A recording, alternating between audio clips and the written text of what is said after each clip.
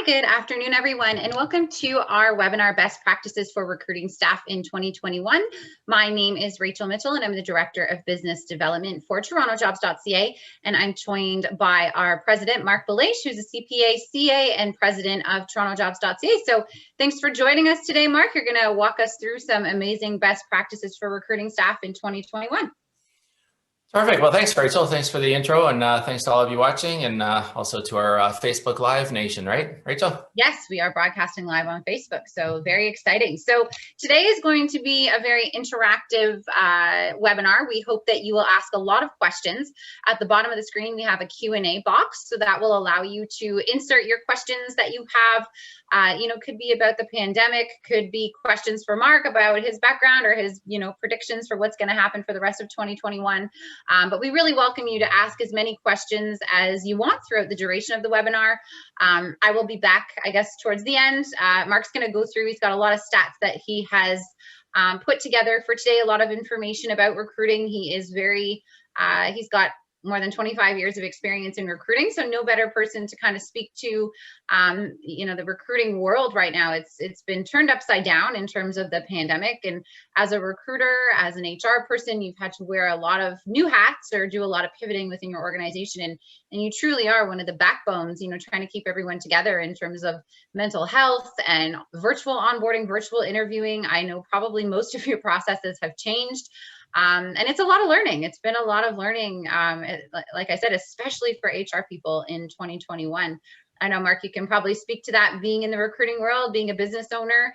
Maybe you want to touch on it a little bit in terms of what you're going to cover today.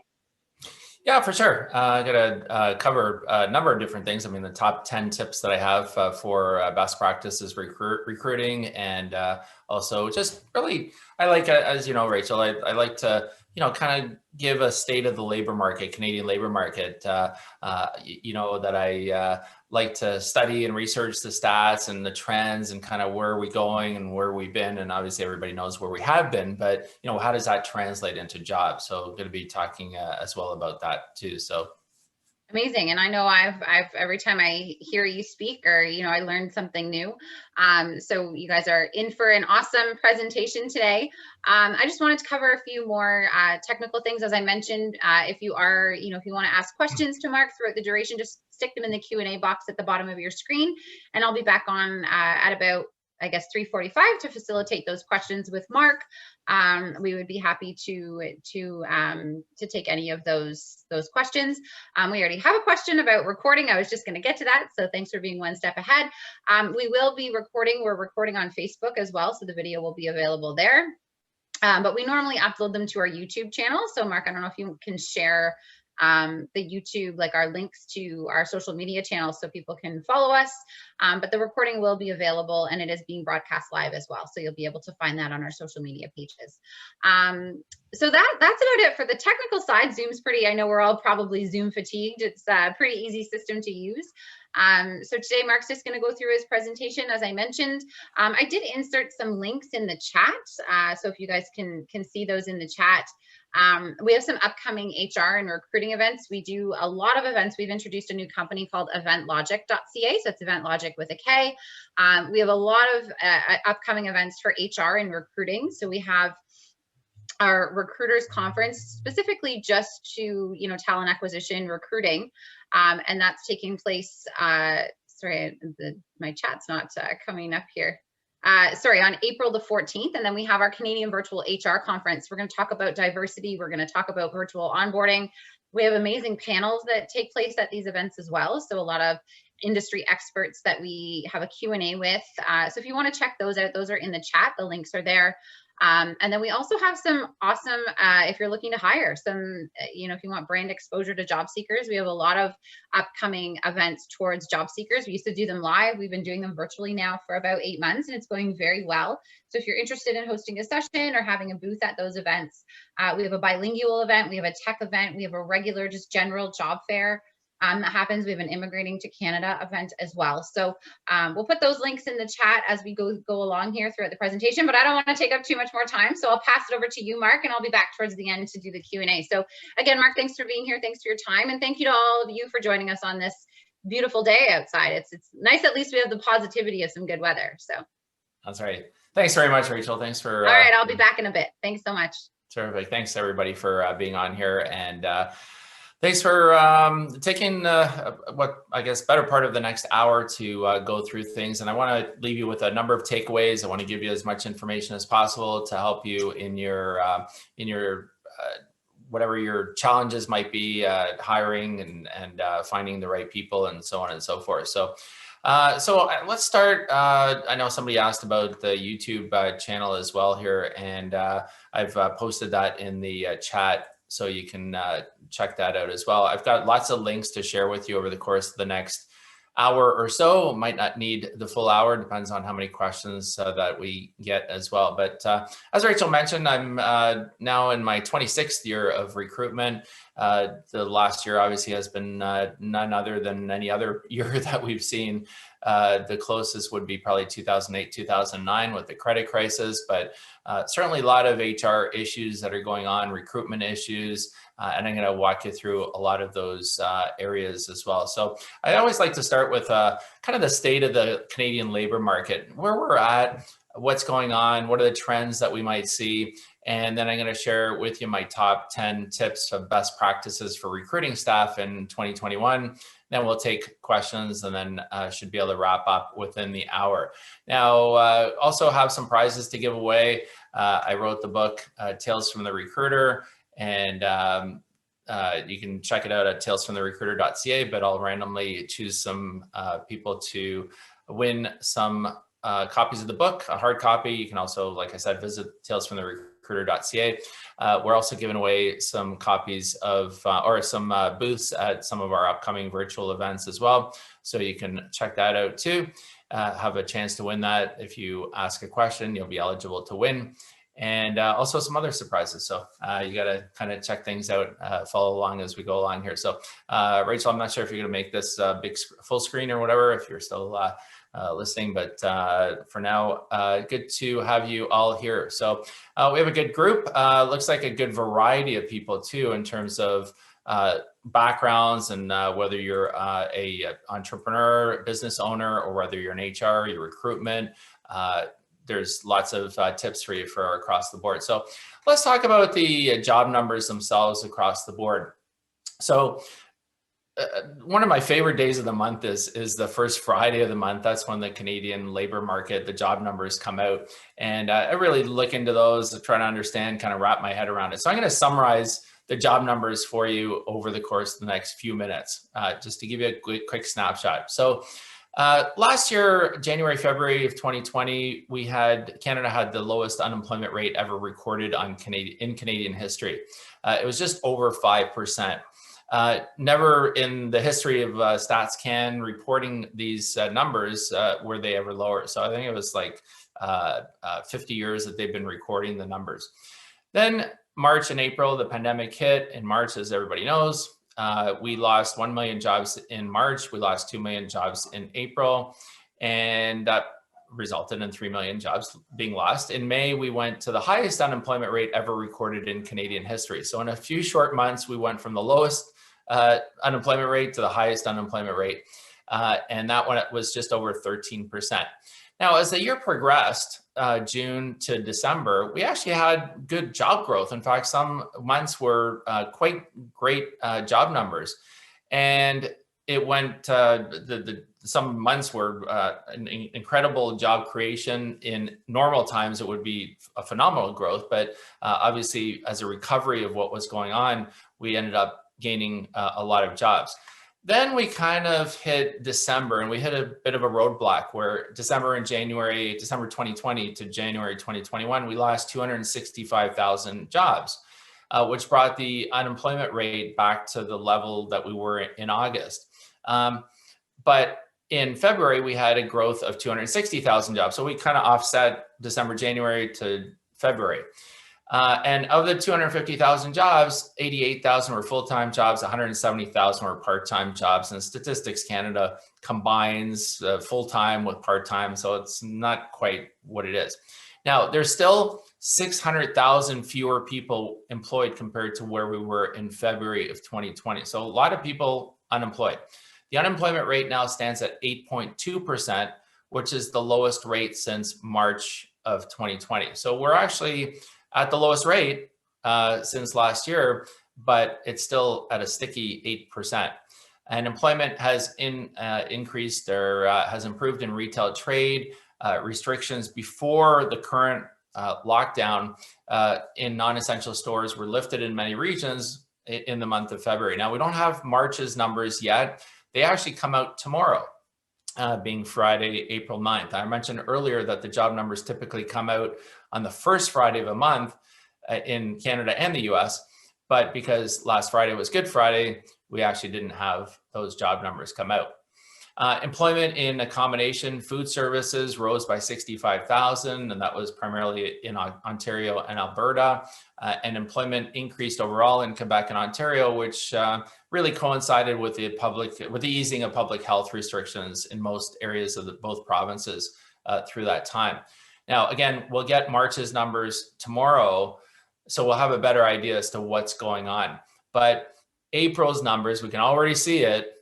With Ontario's stay-at-home order that came out yesterday, the April numbers already we know are going to be bad, and it's going to be all over the media. And from a jobs perspective, of course, these stay-at-home orders are very challenging, and we lose a lot of part-time jobs and a lot of full-time jobs too.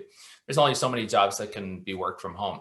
Now, overall, Canadian employment. I'm just going to quickly send a text to Rachel to just ask Rachel if you don't mind taking off the screen here so I can be full screen. That might be better. So let me just my full screen. Sorry about that, folks. Okay, so Canada's employment numbers across the board. So right now, the number of people unemployed is 1.6 million people across Canada. The number actually working, 18.5 million people. The unemployment rate for men is 6.9%. The unemployment rate for men or for women is 8%. So all things being equal, the unemployment rate for men and women actually is not too bad on average. The real big problem is the unemployment rate for youth, which is at 17.1%. So the overall unemployment rate now stands at 8.2%, but the youth unemployment rate is very, very high. The unemployment rate for workers over 55, I'll just kind of highlight the areas that I think are kind of interesting. The unemployment rate for workers over 55 years of age was 7.2%, so below the national average. Across Canada, the province with the lowest unemployment rate is Quebec at 6.4%. The province with the highest unemployment rate now is Newfoundland and Labrador at just over 15%. Ontario's unemployment rate at 9.2%. Barrie, Ontario, 1 hour north of Toronto, is the metropolitan area that has the highest unemployment rate, and that's at 13%. Victoria, BC is the city with the lowest unemployment rate across Canada at 5%. And Vancouver stands at 7.9% and Toronto at 11.1%. So Canada's biggest city is the city with an unemployment rate that's much higher than what we're seeing otherwise. So thanks, Rachel, for making it big screen as well. All right, so some of the other things that are going on in the labor market, immigration. Immigration is a really interesting topic, and we run the Canadian Virtual Immigrants Conference and Immigrating to Canada Conference as well, two different conferences. And it's interesting hearing what's going on and what the trends are. So I'm going to give you some highlights of what's happening on the immigration front. Obviously, we've had some roadblocks in terms of immigration over the course of the last year, but the plan is that Canada is going to bring in 1.2 million immigrants over 3 years. Now, if you know anything about the housing and real estate in Canada, you know that the prices have gone skyrocketing. And I say, oh, wow, that's incredible. I mean, yes, low unemployment or low interest rates are creating a growth, and people moving out of bigger cities is creating a growth as well. But it is amazing that all this growth, it has nothing to do with immigration because the immigration is so low. Now, in general, they have been talking about making bringing in about 400,000 people into Canada in 2021, 2022, and 2023. And the federal immigration minister said that immigration is the way to get some growth in terms of jobs, and understanding that newcomers are playing a really important role in stepping up to fill some of the most acute labor shortages that we have in Canada. Now, if you are in a recruiting scenario right now, you know, in many cases that it actually is quite difficult finding certain candidates for certain jobs. Yes, there are a lot of people that are unemployed, but there's a real skills mismatch between those industries that have been hardest hit and the jobs that have been open. And I hear this from so many recruiters, so many companies, so many employers. You think, wow, there should be tons of people that are applying, and that's not always the case. And on top of that, you've got some pretty good government programs that are keeping people at home, or keeping people with Canada relief benefits and so on. So they have basically said, an economist looked at this, an economist from Calgary said that if the government meets its goals over the next 3 years, the next 3 years will be the highest years on record for immigration since 1911. And just to give you a quick breakdown of the breakdown of where the people are coming from, majority are coming from the economic class of immigrants. There's about 100,000 that are family members of people already in Canada, about 60,000 refugees, and another 5,000 are accepted on humanitarian grounds. And one other thing, I don't want to spend too much time on immigration, but one interesting thing that I found that I read up on was Canada's former Prime Minister, Brian Mulroney, is part of a program that he thinks that in the year 2100, Canada's population should grow to 100 million people. In 2019, immigration was responsible for more than 80% of Canada's population growth. So quite amazing.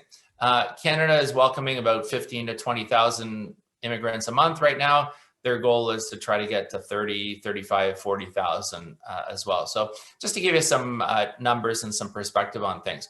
Now, in terms of where economists are thinking that the world will be going, they do expect that 2021 is going to bring rapid market changes, positive job creation, but obviously potential growth is going to hinge on successful vaccine rollouts, which we are going through right now, and a wider feeling that the pandemic is coming to an end. They also have talked about a churn and burn type of economy, where rapid outflow of old jobs being lost and new jobs being created. So in other words, the overall unemployment rate may not change by that much, but Canadians will be on the move from one opportunity to the next. And some other predictions that economists have are that there would be a boost in auto jobs as people move out of cities and buy vehicles to get around, that there would be a growth in logistics as companies strategize new ways of doing business, and that there would be an increased demand for mental and physical health services, and that could also translate into new jobs. Now, some of the other areas that you probably have heard of, we're in the midst of what they're calling a she-cession or a she-recession. And that is because the majority of the jobs that have been lost in Canada this year have been female. The industries that have been hardest hit have been industries that are predominantly women, including travel, tourism, retail, food services, and hospitality, hence the name she-cession. Now, most of the jobs that have been coming back are 60 to 65% of jobs that have been coming back are female, but most of the jobs, 60 to 65% of jobs that were lost, have been female. Now, in 2008, 2009, we had a different situation. We had what was called a he-cession or a he-recession, because 60 to 65% of jobs lost back then were male-dominated, primarily in the manufacturing industry. So Canada is now going through what's being known as a K-shaped recovery, my fancy K here, where there's some industries that have actually done quite well in the pandemic, including companies like Amazon, Netflix, and so on, technology-heavy companies. And then the other industries that have been hardest hit, I mentioned travel, tourism, hospitality, and so on. Now, the problem is that the lower arm of that K are a lot of hourly workers, a lot of students, a lot of people involved with face-to-face interaction. And that's why the youth unemployment rate has gone up so much. So Younger people have been especially hard hit during this time, female-dominated industries as well. Now, other trends, Canadians working from home. At the height of the shutdown last April, over 40% of people worked at least half their usual hours at home. As the labor market improved during the summertime, 25% worked from home. Then things went up to about 29%. And I suspect that with the stay-at-home orders, especially in Ontario, that the April numbers will significantly increase again. But the number of people working from home is about 5 million across Canada.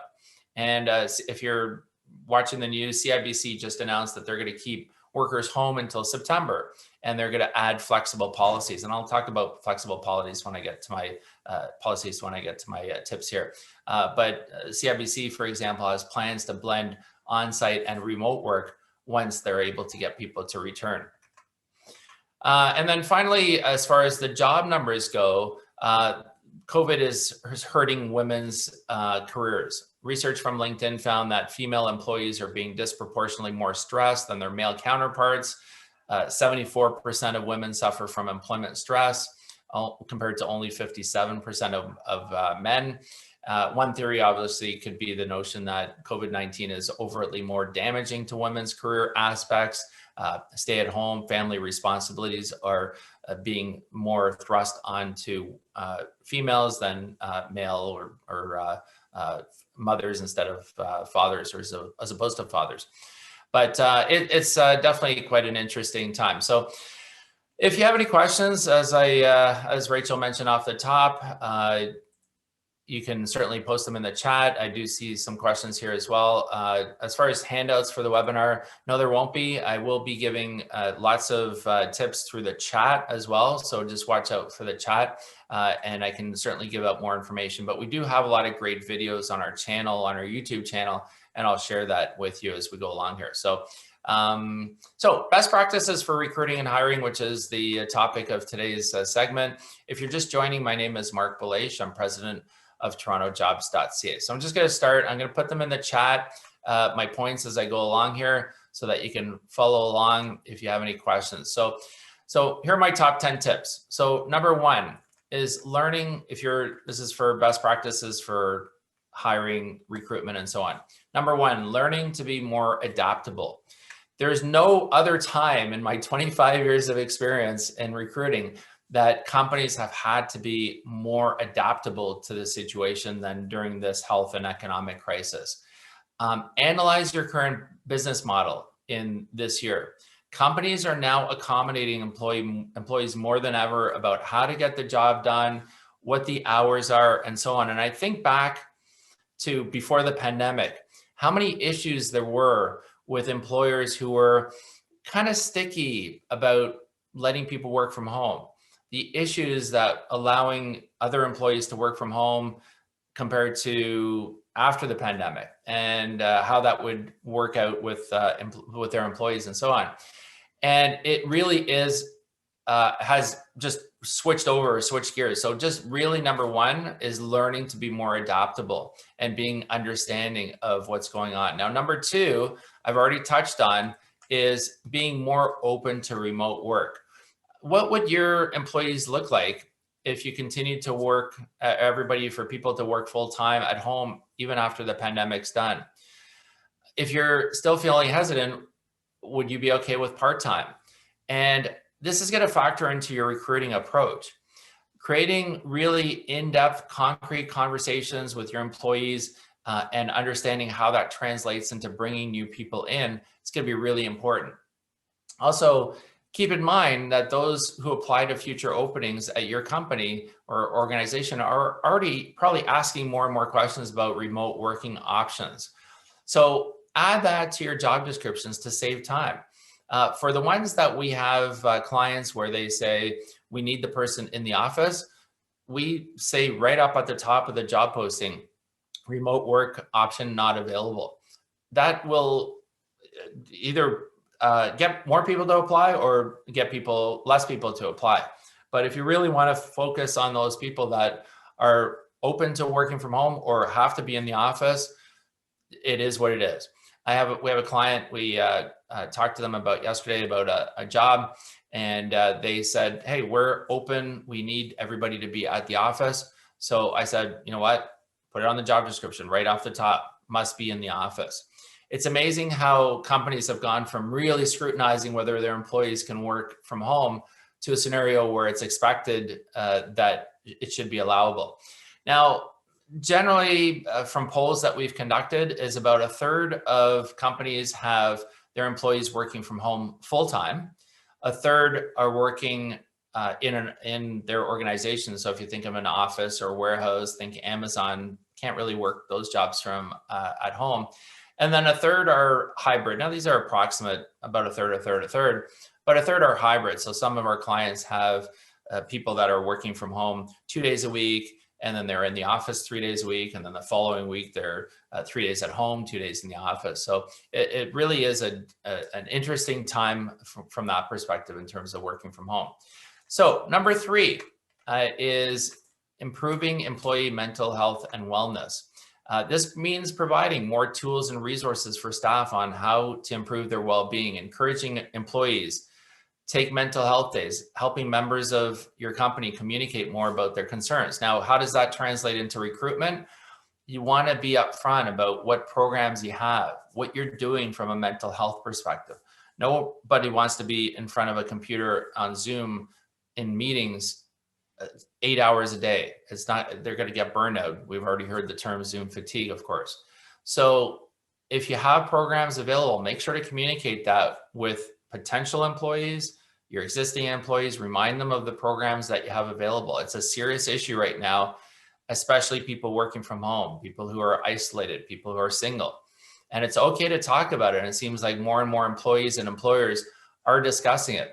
But when it comes to interviewing, when it comes to job descriptions, when it comes to letting potential recruits know, and potential employees know that you are bringing them on, you want to share those programs as well.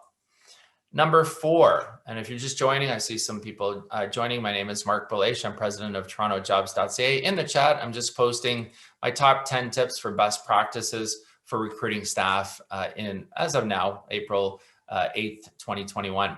So number 4, creating better employee engagement. So how are you maintaining employee engagement among your staff, especially for those who live alone? You want to schedule casual Zoom meetings with your employees or encourage staff to reach out to one another as a starting point. Have mentors, have partners for employees check in on each other. And during the recruiting process, talk about what programs are available, what you're doing. These are the kinds of questions that candidates want to know. What are you doing to engage your employees? What's your culture like? One of the really interesting things is a company had great culture, great teamwork, people were working cohesively, and then all of a sudden, March 15th or thereabouts last year, everybody flew out. Everybody went back to or went home and stayed home. So the culture completely disappeared. So how do you create that culture and how do you create that cohesiveness within your organization? So you're really communicating, really staying in touch with your employees, having Zoom meetings, having socials.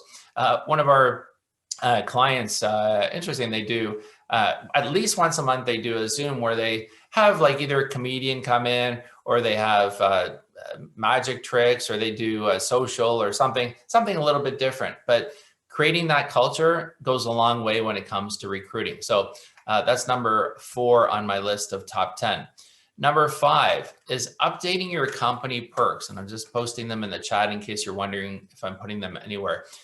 Your employees' needs have probably already changed when they're working from home.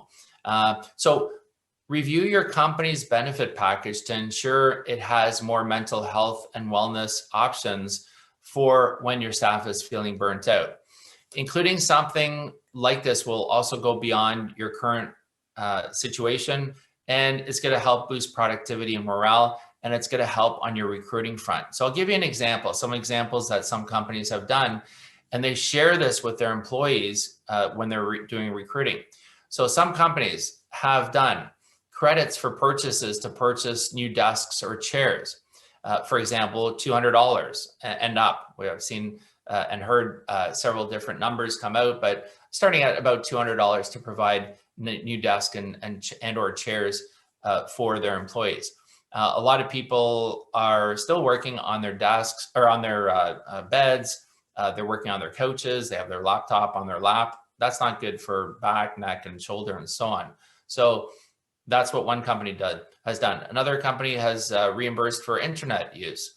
Also, there's adapting your benefit plan to provide other perks. So there may be benefits that your company is paying for that is not being used, and those funds can be perhaps redeployed to other perks. So you want to do a review of your health and benefit plan to see if there's any costs that you can redirect to other areas. So that's number 4 on my list. Again, updating your company perks and adding as needed, changing as needed, but just doing that review. Number 6, automating as much of your recruiting process as possible. Some companies have used the pandemic to redevelop their entire recruiting process. If you're still in the mindset of, I'm going to post a job, I'm going to interview people, and I'm going to send them offers and so on, you're falling behind what other companies are doing as well. So look at your whole recruitment process. What can you automate? What can you speed up? So I'll give you some examples. Amazon, and obviously there's not a whole heck of a lot of companies that are like Amazon, but Amazon has made their recruitment process for some shift workers all automated to the point where there's actually never an interviewer. The person just shows up for their shift. So they've redeveloped their entire recruiting process to make it all virtual, and the person shows up, the person knows where to go. Again, not every company is Amazon, of course.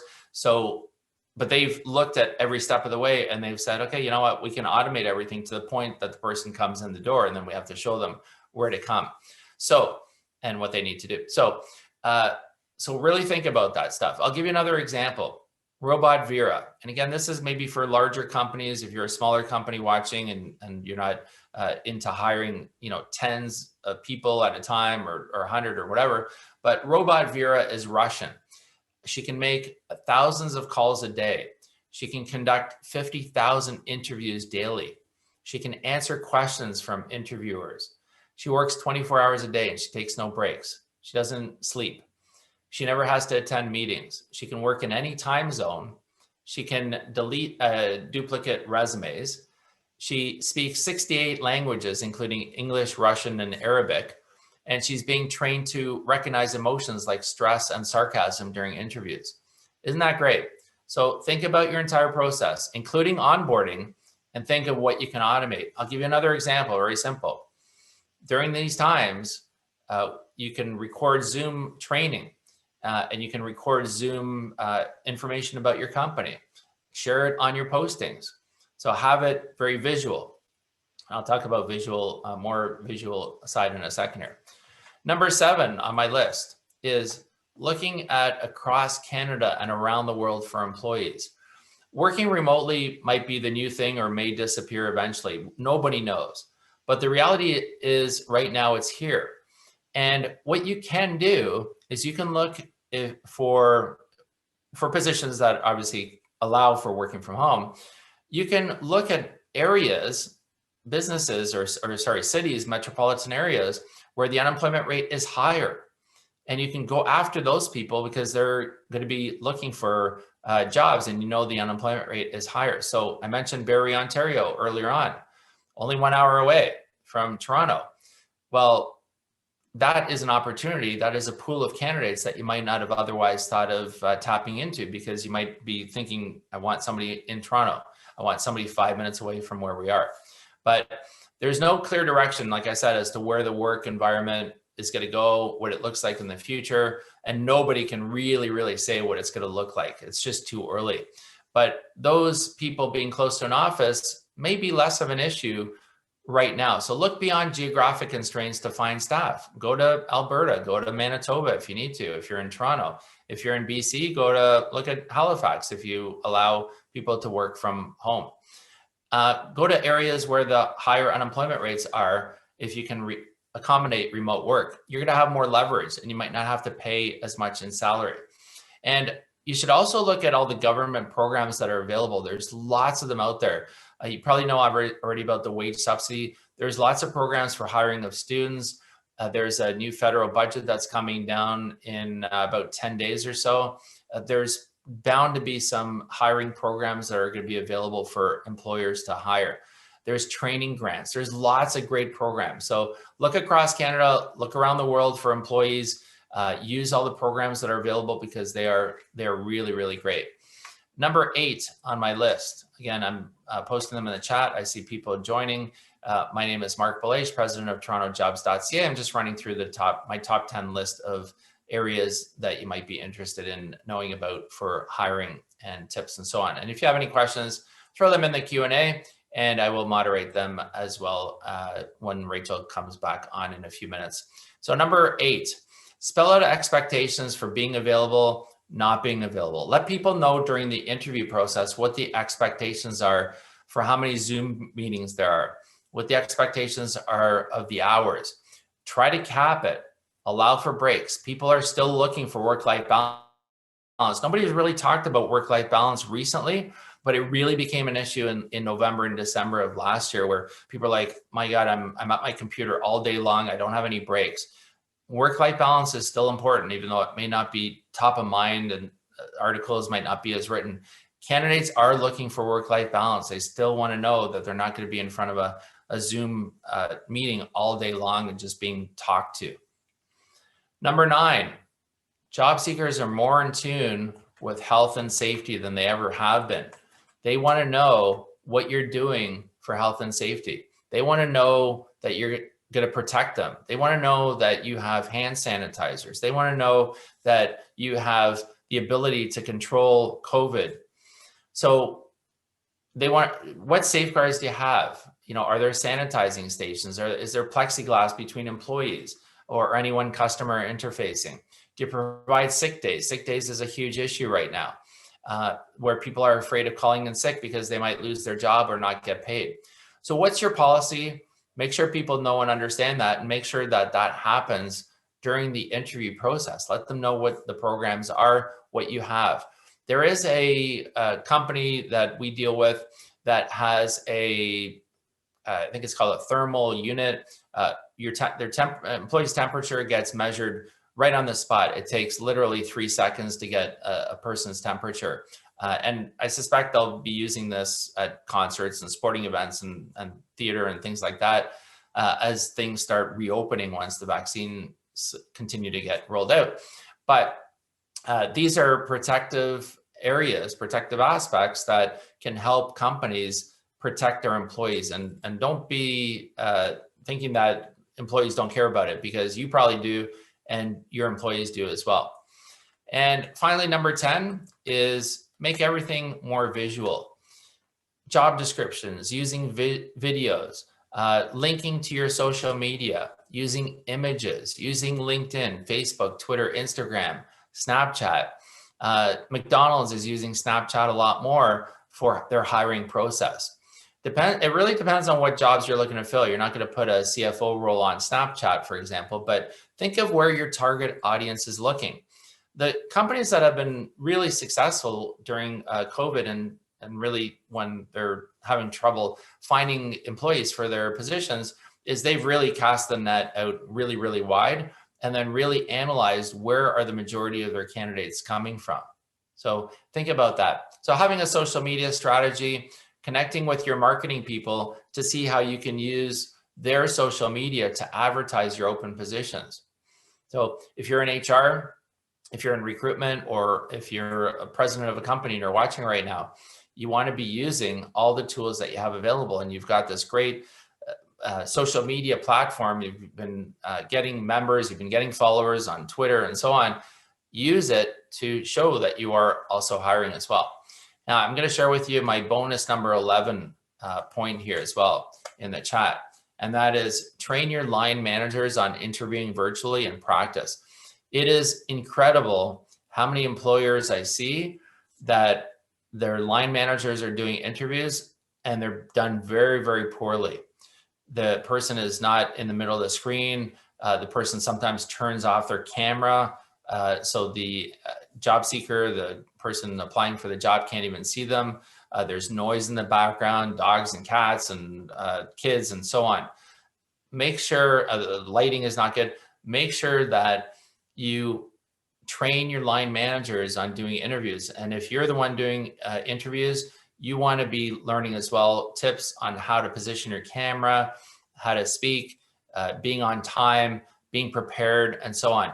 If you visit our TorontoJobs.ca YouTube channel, you'll see all kinds of great videos that talk about interviewing tips, video interviewing tips for employers. We have video interviewing tips for job seekers, and we have video interviewing tips for employers as well. So really, really, really work with your line managers and you yourself about interviewing, because now we are all in a box. This is what it looks like. You can't see the company. You can't see anything more. You can't even see how tall or short the person is. Not that that matters, but we're all in a box. So you got to make the maximum use of your box and what that looks like to the potential prospective job seeker, candidate, and so on.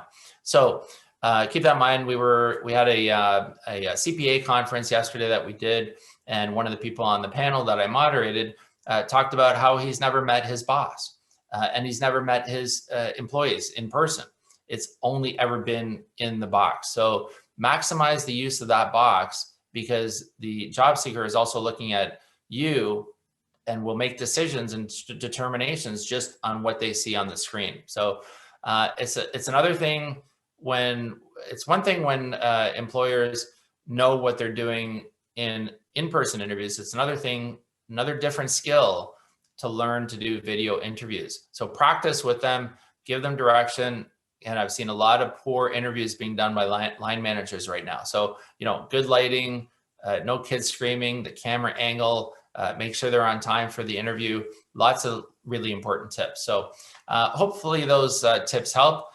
We've got about 15 minutes. I know I want to share a bunch of resources with you as well that will help you in terms of your recruiting processes and so on. So I'm going to do that right now. So first of all, if you are in recruiting, we TorontoJobs.ca present the Canadian Virtual Recruiters Conference that happens on Wednesday, April 14th. And I put the link in the chat area on the right-hand side.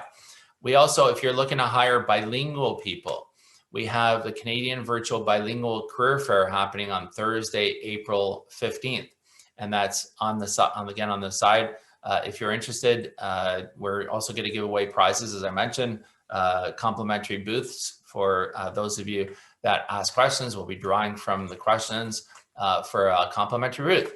We also have the Canadian Virtual HR Conference on Tuesday, April 20th. And again, the link is on the right-hand side in the chat. And if you're watching on Facebook Live, you can just message me if you're interested, and I can share those links with you if you're not seeing them in the chat as well. And we also have the Canadian Virtual Recruiters Panel that is happening on April 26th. That's a Monday. And finally, the Canadian Virtual Career Fair that's happening on Wednesday, April 28th. That's our top event. We get hundreds of people that come out to that event. People have learned to find jobs through career fairs, through virtual career fairs. And we've been doing that for now 10 months. So if you're looking to hire people, the traditional way of bringing people in for interviews is now being changed. And whether that's going to come back, hard to say. I always say things don't go backwards, things go forwards. So make sure to start using these tools that are available for you on a virtual side. Now, for all of our upcoming events, you can see the links that I have on here as well for all our upcoming events. We've got a lot of great upcoming events, everything from President's Conference to Entrepreneurs Conference and so on. And you can also check out our new events website, which is called eventlogic.ca. And sponsorship and exhibitor options are also available at those events too. So in conclusion, and I know Rachel's going to come back on here soon, just give me a sec, Rachel. We do have, and then we'll answer some questions, but we do have recruitment services as well. If you're looking to fill any part-time, temporary, full-time contract positions, you can certainly reach out to me, or you can check out the link. We also have our job board where you can post jobs, you can search resume databases and outplacement services as well. And Rachel will probably give us a free posting as well, a code for a free posting on our TorontoJobs.ca site. And then you can check out our TorontoJobs.ca YouTube channel. We have last I checked, we had 250 videos there that can help you in your hiring. And we also have a Toronto Recruiters channel on YouTube as well. And I'm putting the links in here too. You want to check those out. Lots of great videos, not just from me, but from some fantastic speakers that will talk about different recruitment topics. And if you're a business owner, if you're an entrepreneur, you want to check out our Toronto Entrepreneurs channel, which gives you some different kind of search topics on recruitment and interviewing and so on. And then as far as our social media, if you want to follow some of it, I'm going to add in our link tree on here, which is a link to our different social media. You can follow us, you can like us, message us. We're on we have Toronto Recruiters, we have Toronto Entrepreneurs, we have Toronto Jobs. And we also have, if you're doing some tech staffing or tech recruiting, you might want to check out our tech recruiting links as well. We have some great links on there. And if you're looking for financial staff, we have our financial staffing links also. So that gives you a good idea as to all our social media. We're on Facebook, Twitter, LinkedIn, and Instagram. You're welcome to connect with me as well. I'll put my contact information here too. And I will also put in my email address too, if there's anything you want me to share with me. I know sometimes we get people who are looking for jobs who are at our events. And if you are one of those people, you can certainly email me your resume. I'm just putting in my my email address in here as well. And I see that Rachel has also put on how to get your free posting on TorontoJobs.ca. So there's a link there.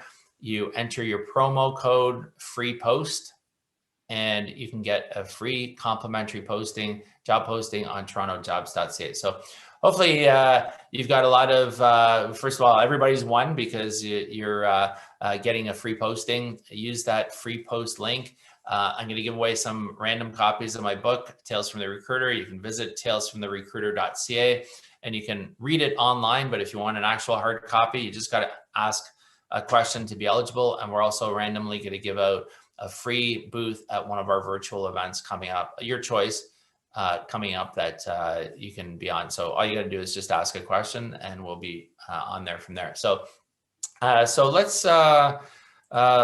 me answer some questions here as well. And Rachel, you're coming back? Yeah, good. All right, hey Rachel. Welcome back. Yeah, so we have a few questions. That was great. I always learn lots of information. There's so many stats and so many ups and downs right now in the market. So it's hard to stay on top of everything, that's for sure.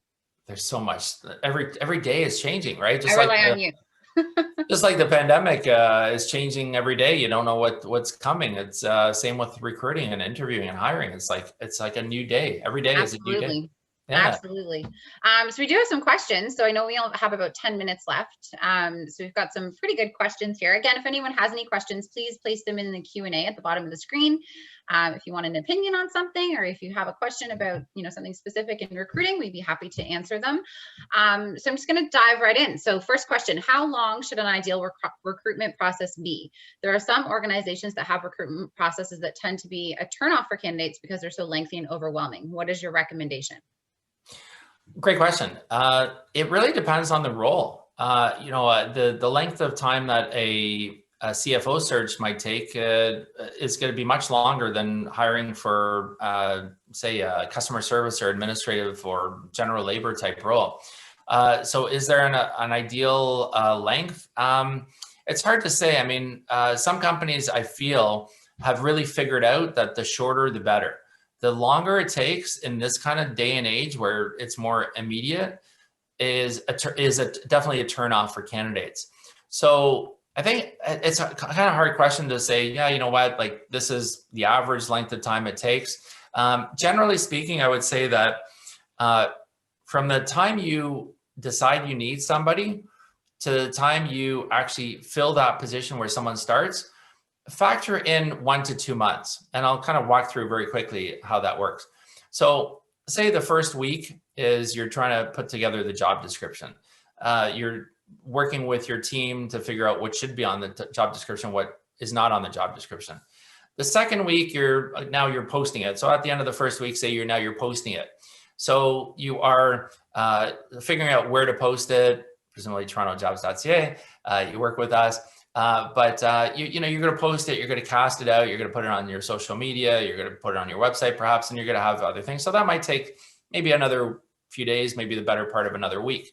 The third week, you're starting to interview people, you're starting to go through resumes, you're starting to figure out who they are and what you're up against. The fourth week, you're maybe into a second round of interviews. Maybe you've decided to shortlist from 6 candidates to 2 or to 1. They're going into the second process. Then you're starting to figure out who you're going to offer the job to. You might have some references to check. You might do their credit and criminal checks. And so now you've spent a month doing that. And then say they're working. They have to give 2 to 3 weeks notice. So you're now into about a month and a half, month and 3 weeks before you've actually, from the time you started to figure out you need somebody to the time you actually have somebody in that office. So it takes a heck of a long time. Now, how you speed that up, because that does seem like a long time. How you speed it up is automating, as I mentioned earlier, figuring out what can be automated, going a lot faster using templates for job descriptions, getting information out a lot faster, doing the interviews quicker instead of waiting for someone to come in to an office to do the interview. You do the interview on Zoom, and you can speed up that process to screen people out as quickly as possible. So hard to answer, here's how it works. With a CFO, it might take 3 months, 4 months, depends on the pool of candidates. And just one other thing I'd share on this, Rachel, is that it is a lot tougher to find people now than you might think. Even with 600, 700,000 people who are not working right now, there's a lot of people that think that, oh yeah, no problem, I'm going to find somebody or whatever. People are afraid to go into an office. People are afraid to switch. If they're working, they're they know what they have. They don't want to go into another office to start training and be concerned about catching something. I think that'll open up after the vaccines start, really getting out there. But really, as of now, it's pretty tough to find good candidates. Awesome. No, that was an amazing answer to a really great question. A long answer to a short question. No, that was good. I want to keep going because I want to get to as many questions as we can. But I think, in recruitment traditionally, if you do have a good candidate though, that you're pre-screening, like even though they might be unemployed, they still kind of get picked up really quickly. So they could be interviewing for other organizations.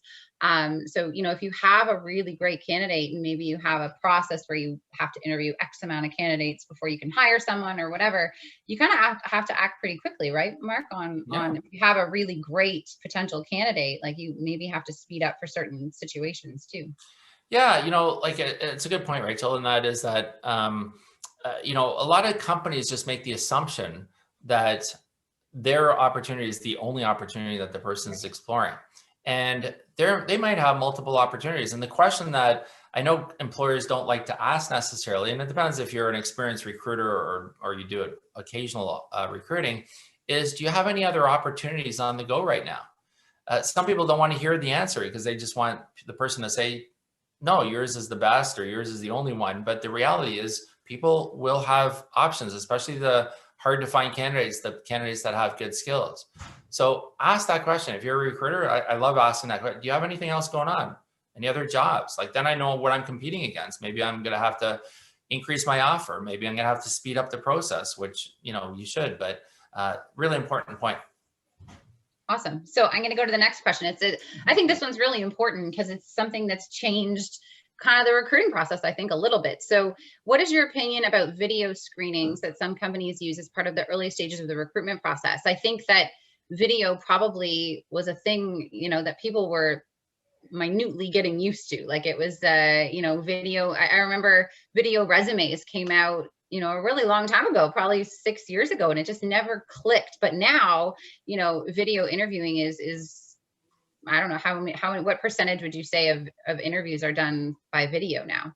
Well, I'd say even before the pandemic, you had probably 60, 50, maybe 40 to 60. So let's say one out of every two interviews was by some kind of, whether it's Zoom or Skype or FaceTime. In fact, not so much Zoom, because Zoom kind of became more well-known after the pandemic. I'd say, we've been using Skype, FaceTime for a long, long time, 2, 3 years before that. And recruiters in general were trying to speed up the process by doing video interviews. So now I'd say, it's got to be 80, 90% of interviews are being done by video. Yeah, I would have to agree. So the person's asking about judgments that are being made, looks versus their skills and experience, and people that are qualified for the position, but they might not necessarily be photogenic or comfortable on the camera. So this person's asking, is video screening a positive thing? It's a good question. Yeah. I mean, I don't know if you remember this, Rachel. I mean, we've been working on together for so many years. But we had started doing video interviews, like YouTube videos. We offered people to come in and to do a video of themselves. You remember that? That was like, Yeah, a while ago, yeah. Yeah, we had a little script and they could follow it and do it. And that was really before LinkedIn even. It was kind of in the early stages of YouTube. And maybe out of 10 people that we'd ask, maybe 1 or 2 of them would actually do it, because they didn't want to be judged based on their looks, or they weren't comfortable in front of a camera, or whatever the reasons were. Then as LinkedIn started coming in, people put their pictures on, even people having pictures on their resumes was not good. Was not that it wasn't good, it wasn't common. Now it's with people's social media, with people's pictures. Someone's going to find that person anyways. If they want to find a picture of them, there's bound to be pictures of somebody online, whether it's through their social media, LinkedIn profile, videos that they posted, or whatever it is.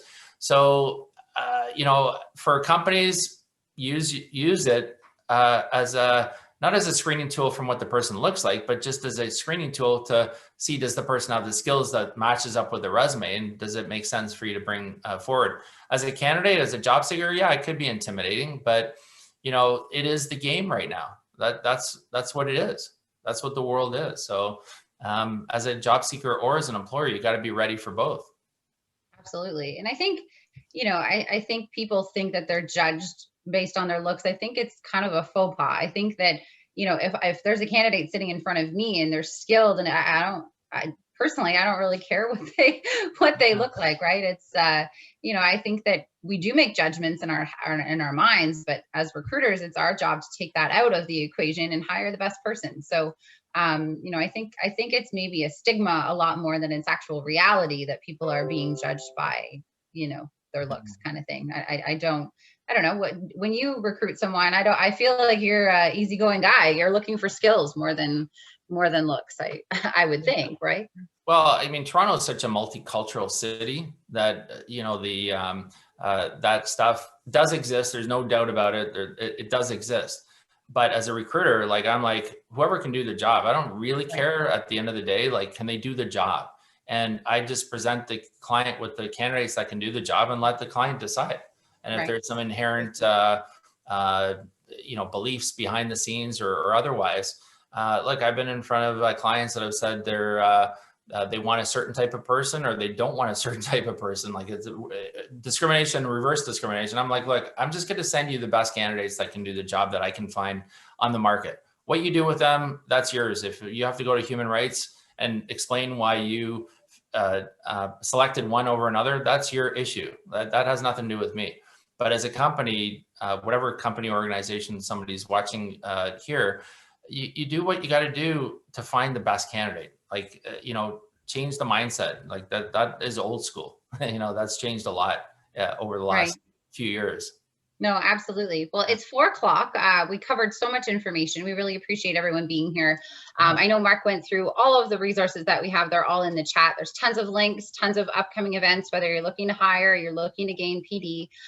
We have a lot of different events that are happening. Eventlogic.ca, so logic with a K, or TorontoJobs.ca/news is where you can find all of those upcoming events. I know we put our free posting, credit in here as well, as it's free post is the promo code, as well as information for all of our social. We do a lot of article posting, and we post the job numbers and just anything relevant to recruiting, HR, staffing. We're pretty on top of content and being active on social media. And if you want to post your jobs on our social media, we're always open to that as well. So thanks so much for being here, Marc. I know it takes a long time to research all the content and put it all together. So thanks so much for sharing that with us today. And thank you guys for being here. I know it's really nice out and you're probably itching to go for a walk or get outside, which we should. But again, thanks so much, Marc, and thanks for having me. Thanks, Rachel, for hosting and moderating, doing such a great job and putting this stuff out and making sure that people know, right? And reach out to Rachel as well. Rachel's got lots of experience in recruitment and helping companies and so on. So whether it's myself or Rachel, we're happy to connect. Awesome. Thanks so much for being here, everyone. Have a great afternoon. Thank you.